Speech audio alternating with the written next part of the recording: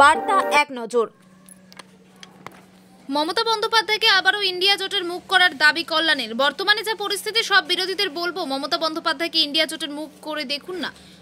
আগামী 6 মাসে ভারতবর্ষ কোথায় যায়, চুচুড়ার সভা থেকে বললেন কল্যাণ বন্দ্যোপাধ্যায়। কাশ্মীরে যা হয়েছে সব বিরোধী দল মিলে বলেছে আপনি ব্যবস্থা নিন, আমরা পাশে থাকবো। কিন্তু 4 দিন পার হয়ে গেল, 27 জন মারা গেল কাশ্মীরে, তার জন্য আমরা শোকস্তব্ধ। কিন্তু কুম্ভমেলায় 100 জন হিন্দু মারা গেল কেন? পার্লামেন্টে আলোচনা চাই, কিন্তু করতে দেওয়া হয় না। কোনো সেন্সিটিভ বিষয় আলোচনা করতে দেয় না। নাম না করে বিরোধী দলনেতাকে বলেন মেজো ভাই হিন্দু মুসলমানের লড়াই লাগিয়ে রক্তের উপর দিয়ে গদি পেতে চাইছে।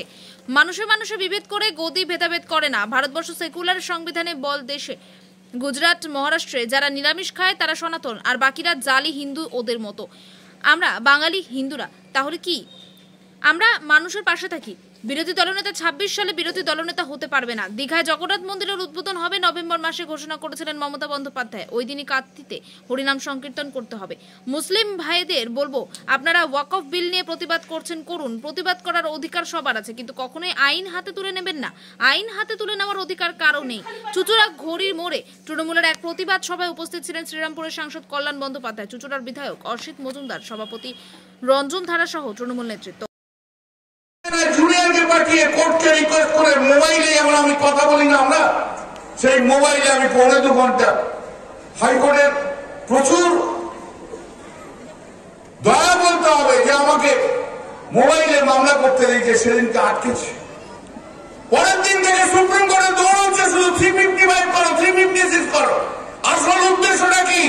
যে কোনো একটা ঝামেলা লাগাও, ঝামেলা লাগিয়ে পশ্চিম বাংলায় 356 করবো, এই ঝামেলা লাগাও।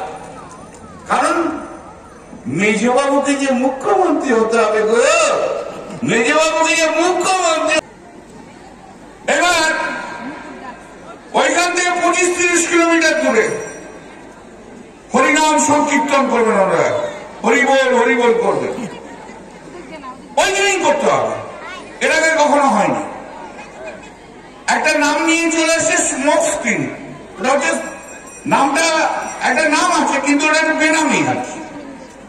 আসলে তিনি শুভেন্দুবাবু করবেন আর কি। তা উনি বলছেন, মাইকে বলছেন যে এখানে হিন্দুরা নাম সংকীর্তন করবে, আর ওখানে সব জালি হিন্দুরা যাচ্ছে। ভাবুন আপনি, জগন্নাথ দেবের মন্দির 30শে এপ্রিল লক্ষ লক্ষ হিন্দু যাবে, সেই জগন্নাথ দেবের মন্দির যেখানে ওপেনিং হবে, ইনাগোরেশন হবে, আর ওদের এই শুভেন্দুবাবু বলছে ওখানে সব জালি হিন্দু যাচ্ছে। এই ছেলেটাকে নিয়ে কি করবেন বলুন তো? এর মাথাও খারাপ, পেটও খারাপ, সব খারাপ। এখানে কি করবেন